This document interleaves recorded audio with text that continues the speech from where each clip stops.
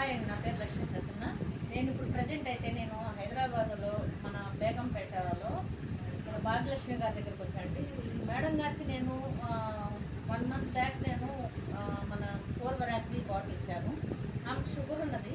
అయితే first time నేను ఒక నమ్మకంగా ఒక బాటిల్ ఇచ్చాను, మీరు యూజ్ చేయండి, మీరు చాలా వీక్గా ఉన్నారు అని.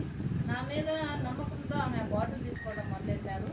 మేడం గారు, మీకు ఆ బాటిల్ వాడకముందు ఎలా ఉంది, వాడినాక ఎలా ఉన్నారు, మేము వచ్చినప్పుడు మీ పొజిషన్ ఎలా ఉంది, ఇప్పుడు ఎలా ఉన్నారు? నేను బాటిల్ వాడకముందు నాకు షుగర్ 350 దాకా ఉండిందండి.